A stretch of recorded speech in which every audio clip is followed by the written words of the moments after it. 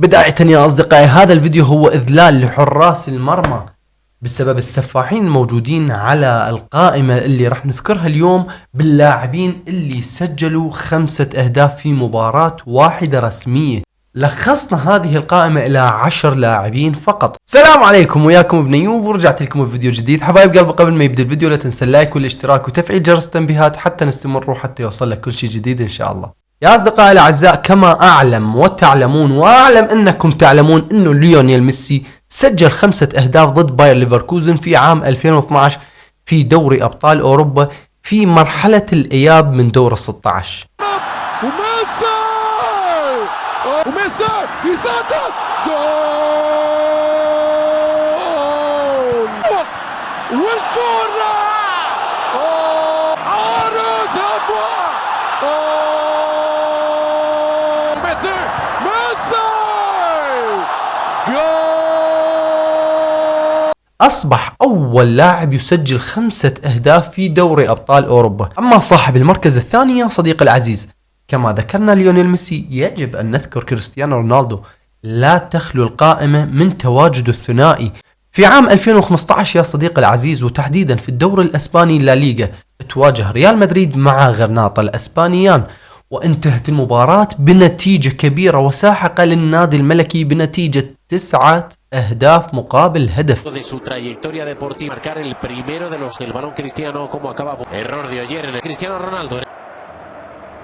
El Madrid marcó un hat-trick en 8 y de esa manera para Bale, el centro de Bale para Cristiano Ronaldo. Y aquí Cristiano marcaba su cuarto de Gareth Bale, Luka Modric.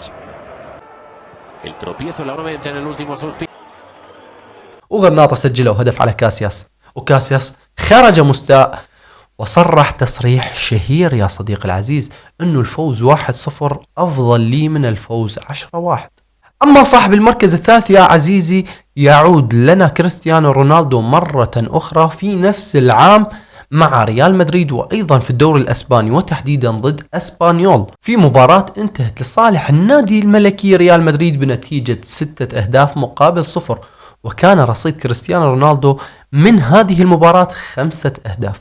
كريستيانو يمكن يسجل،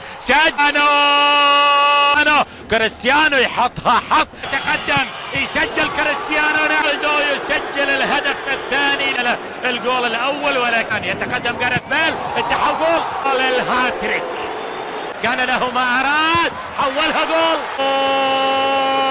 رونالدو يسجل المرور الناجح، وهي صارت 6-0. أما صاحب المركز الرابع يا صديقي العزيز، أيضا في سنة 2015، هذه السنة كانت سنة الخماسيات، سجل اللاعب 5 أهداف، وكانت هذه الخماسية أشهر خماسية بالوقت الحالي. نعم يا صديقي العزيز، تخمينك صحيح، فهو روبرت ليفاندوسكي، حيث سجل 5 أهداف ضد فولفسبورغ في 9 دقائق فقط. وهذا الرقم العجيب الإعجازي من وجهة نظري مستحيل سيتم تحطيمه مستقبلا بعد سنة، سنتين، 10، 15 سنة.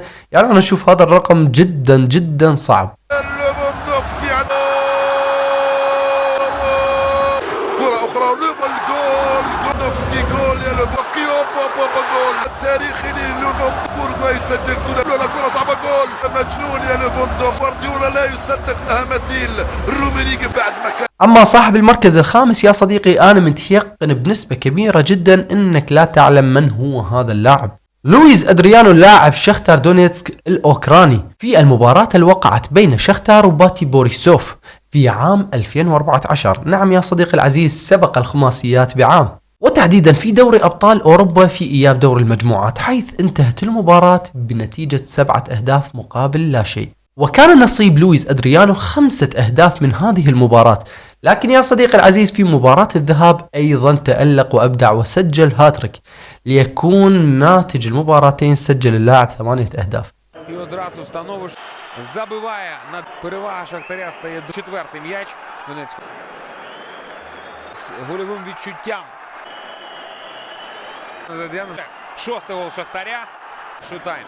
І Луїс Адріано із другої спроби. В тому матчі він забиває. أما بالمركز السادس يا صديقي العزيز، فهي أقدم إحصائية موجودة حاليا في الفيديو الذي تشاهده أمامك يا عزيزي، فهو اللاعب المتألق الألماني جيرد مولر، يا صديقي العزيز في مباراة وقعت بين بايرن ميونخ وبروسيا مونشنغلادباخ في عام 1973 وانتهت المباراة لصالح الفريق البافاري بنتيجة 9 أهداف مقابل لا شيء، وكان نصيب جيرد مولر الهداف القناص الممتاز الألماني 5 أهداف من هذه الليلة. أما صاحب المركز السابع يا صديقي العزيز فهو محبوب الجماهير الكولومبي الممتاز الجميل راداميل فالكاو مع أتلتيكو مدريد ضد ديبورتيفو لاكورونيا في الدوري الأسباني، وكانت المباراة في عام 2012 وانتهت المباراة بنتيجة 6 أهداف مقابل لا شيء، ويذكر أن الهدف الأول سجله اللاعب المخضرم دييغو كوستا، وبعدها أمطر راداميل فالكاو شباك ديبورتيفو لاكورونيا ب5 أهداف. Falcao iba a repetir a pelota en el espacio que estaba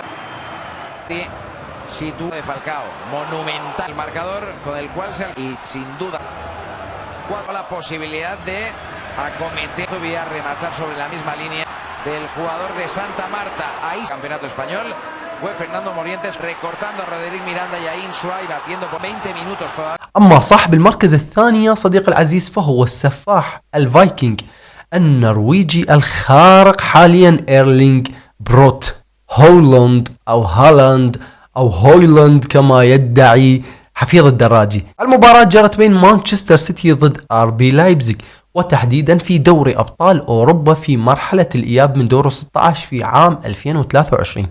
ويذكر أن بيب غوارديولا أخرجه وصرح أنه يخاف أن يحطم رقم ليونيل ميسي.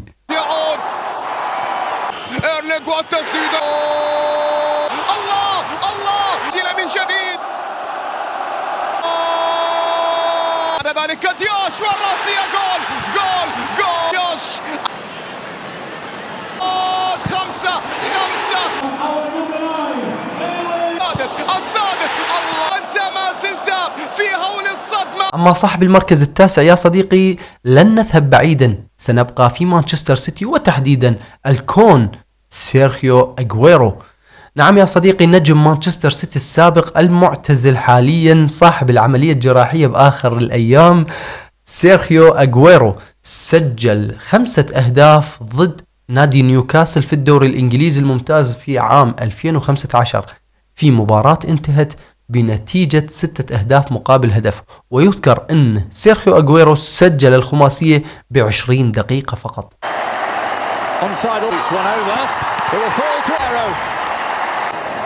Takes a touch off Gouffran. Aguero makes some space for himself. Aguero with another chance. Oh, it's a lovely chip from the City 3, Newcastle 1. To go it alone off the after. It's nice to go it in the space of a week. Bruna pulled across. It's back. أما صاحب المركز العاشر يا صديقي سننتقل إلى الجانب الآخر من مانشستر وتحديدا مانشستر يونايتد الشياطين الحمر كما يسميهم البعض، أعوذ بالله من الشيطان الرجيم. يا صديقي العزيز اللاعب كان ديميتار بيرباتوف. طبعا لأصحاب الذاكرة القوية والمشجعين الحقيقيين لمانشستر يونايتد والمتتبعين الممتازين للدوري الإنجليزي راح يعرفون هذا اللاعب المميز. بيرباتوف سجل 5 أهداف في مباراته ضد بلاك بيرن في الدوري الإنجليزي في عام 2010 في الجولة 15، وكان أول لاعب غير إنجليزي يسجل 5 أهداف، ونال هذا الشرف بيرباتوف. ويذكر أنه أول لاعب يسجل 5 أهداف لمانشستر يونايتد منذ 64 عام.